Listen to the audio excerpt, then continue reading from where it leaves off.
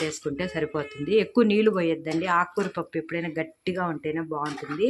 నీళ్ళు ఉంటే అస్సలు బాగుండదు. నీళ్ళు ఒక తక్కువైతే పోసుకోవచ్చు. ఇదిగో ఈ ఇట్లా ఉండాలన్నమాట. ఈ విధంగా అంత ఎక్కువ అవ్వద్దు, తక్కువ అవ్వద్దు. ఇది ఇప్పుడు మూత పెట్టేస్తున్నా. సిమ్లో పెట్టేస్తే కాసేపటికి బాగా మెత్తగా మగ్గిపోతుందండి. తర్వాత తాలింపు పెట్టేసుకోవాలన్నమాట. ఈ విధంగా ఇది చూపిస్తానండి.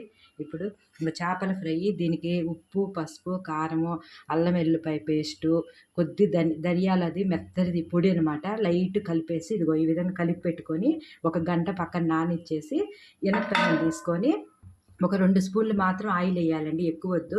చాలామంది ఆయిల్